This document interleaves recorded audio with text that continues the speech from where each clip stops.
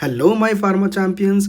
आप सभी का फिर से स्वागत है आपके अपने चैनल इनसाइड फार्मा पर। उम्मीद करता हूँ आप लोगों की प्रिपरेशन बहुत ही अच्छी चल रही है। तो एक गुड न्यूज़ है, आप लोगों को शेयर करना है क्योंकि बच्चों में काफ़ी कन्फ्यूजन है। तो चलिए इसको शुरू करते हैं, चलिए समझते हैं। तो गैजेट ऑफ इंडिया की ऑफिशियल वेबसाइट पर अगर आप जाइएगा तो वहाँ पर ministry of health and family welfare ने एक ई गैजेट पब्लिश किया है। एक बहुत इंपॉर्टेंट न्यूज़ है इसमें। देखिएगा, इफ़ यू सी, यहाँ पर देखिए, यहाँ पर ministry of health and family welfare 78 पर देखिए। यहाँ पर बेसिकली इफ़ यू सी, यहाँ पर amendment of recruitment rules for the post of drug inspector in the central drug standard research standard control organization headquarter, part 2 section 3 sub section 1, 11 तारीख को ये publish हुआ है गैजेट, है ना। इसका पीडीएफ भी यहाँ पर है। तो अगर मैं पीडीएफ खोलूँ इसका तो आप देखिएगा ये पीडीएफ है इसमें, ठीक है। तो ये 11 तारीख को ही रिलीज़ हुआ है। इस पीडीएफ में क्या कुछ रहने वाला है, चलिए डिटेल में समझते हैं ताकि बच्चों को कोई भी कन्फ्यूजन ना हो। तो बच्चों, ये रिक्रूटमेंट रूल्स हैं, ठीक है। बच्चे समझ रहे हैं यहाँ पर ओपनिंग्स आ चुकी है, बट ऐसा नहीं है। ये ओपनिंग्स के लिए बिल्कुल भी नहीं है। ये सिर्फ और सिर्फ गैजेट जो पब्लिश हुआ है ये रिक्रूटमेंट रूल्स को लेकर हुआ है कि भाई क्या क्या रिक्रूटमेंट रूल्स रहने वाले हैं, ठीक है। अपकमिंग जो भी ओपनिंग्स रहेगी। अब यहाँ पर शॉर्ट टाइटल और कमेंसमेंट जो दे रखा है वो दे रखा है, दीज रूल्स में be called the ministry of health and family welfare central drug standard control organization drug inspector group B post recruitment rules. तो ये एक रिक्रूटमेंट रूल रहने वाला है, ठीक है। और ये basically they shall came into force on the date of their publication in the official. तो ये पब्लिश हो चुका है कि क्या क्या रूल्स रहने वाले हैं। चलिए इसको समझते हैं, ठीक है। तो हैविंग सेड दैट, अब देखिए यहाँ पर इस पोस्ट के बारे में अभी आगे चल के समझेंगे। कॉलम 2 कॉलम 4 में बाकी सारे रूल्स, मेथड, रिक्रूटमेंट, एज क्या रहने वाली है, क्वालिफिकेशन क्या रहने वाली है, ये सब चीज़ें अभी आगे हम आके समझेंगे। बट ये भी लिखा हुआ है डिसक्वालिफिकेशन, अगर बच्चों कोई भी एंटर कर चुका है, लाइक कॉन्ट्रैक्टेड और कॉन्ट्रैक्ट कर चुका है a marriage with a person having spouse living or who is having a spouse living has entered into a contracted a marriage with any other person shall be eligible for the appointment of the to the post said। तो यहाँ पर basically वो इंसान disqualify हो जाएगा जो basically enter कर चुका है इनटू द कॉन्ट्रैक्टेड और marriage with a person having a suppose, ठीक है। जिसका ऑलरेडी, अगर जिसकी शादी हो चुकी है और उसकी लाइक हस्बैंड या वाइफ है, उसके साथ अगर कोई पर्सन एंटर कर चुका है उसके साथ कॉन्ट्रैक्टेड मैरिज, तो वो उस केस में वो डिस्क्वालीफाई हो चुका होगा, राइट, इस पोस्ट के लिए। अब यहाँ पर ये देखिए, यहाँ पर इस पोस्ट का नाम होने वाला है ड्रग इंस्पेक्टर, राइट। और यहाँ पर टोटल ऐसा बताया गया है कि 419 जो है ओपनिंग्स है, ठीक है। ये टेंटेटिव है, ये ऐसा कंफर्म नहीं हुआ है। इससे पहले भी ऐसा गैजेट रिलीज़ हो चुका है जहाँ पर ऑलरेडी बताया था 404 समथिंग वैकेंसीज है, ओपनिंग्स हैं, राइट, इतने एम्प्टी हैं पोस्ट, ठीक है। अब ये भी डिपेंड कर सकता है, it can be subject to variation dependent on the workload, ठीक है। ये इस पोस्ट की क्लासिफिकेशन है, एक सेंट्रल सर्विस होगी, एक ग्रुप बी की होगी, गेजेटेड होगी, नॉन मिनिस्ट्रियल होगी। और इसका पे लेवल होने वाला है पे लेवल 8, और ये रहेगा पे, जो बेसिक पे होगा that will be in the range of 47,600 to 1,51,100, ठीक है।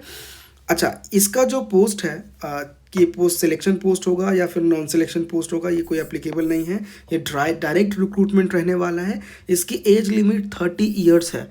30 ईयर्स मुझे पर्सनली लगता है थोड़ा कम है।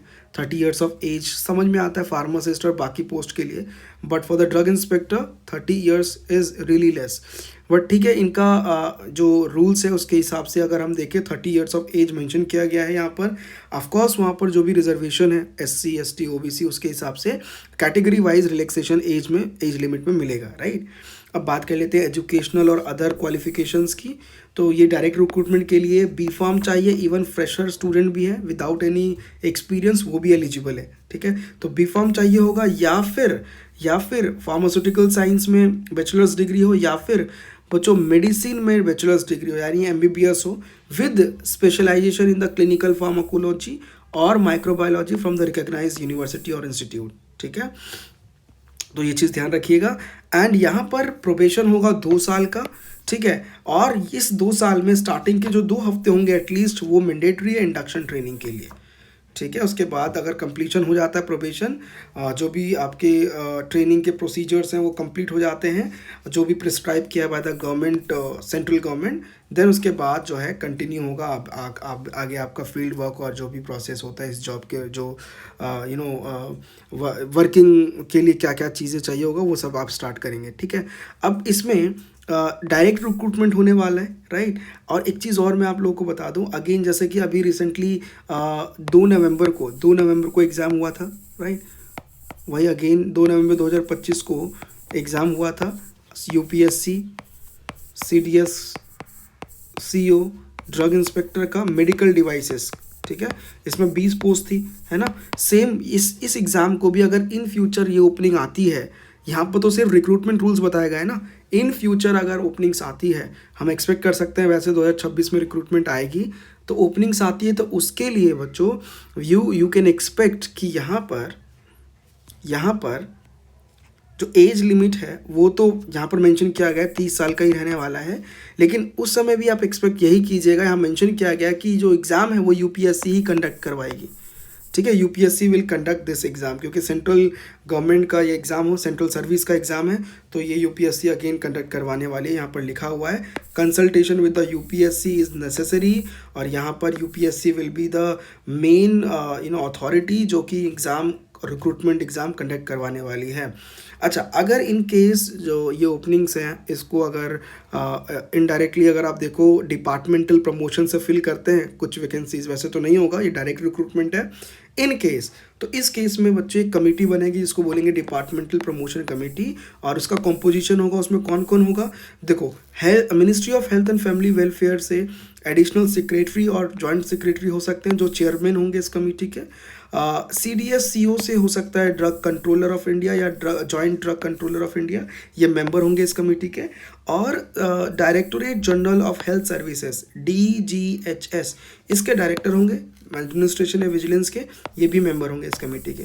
तो ये होगा सिर्फ इन केस ऑफ प्रमोशन अगर होता है डिपार्टमेंटल तो उसके लिए। ठीक है। इनकी कंफर्मेशन होगी तब जाके प्रमोशन होगा डिपार्टमेंटल। सो ये कुछ मेंशन किया गया था इस गैजेट में। उम्मीद करता हूँ आप लोगों को क्लैरिटी मिल गई कि ये कोई ओपनिंग नहीं है, ये जस्ट बताया गया है रिक्रूटमेंट रूल्स और कितने आप एक्सपेक्ट कर सकते हो in future.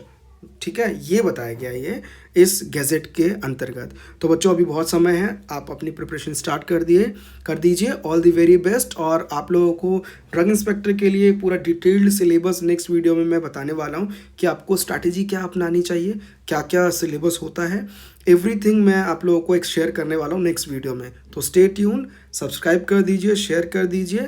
Thank you so much.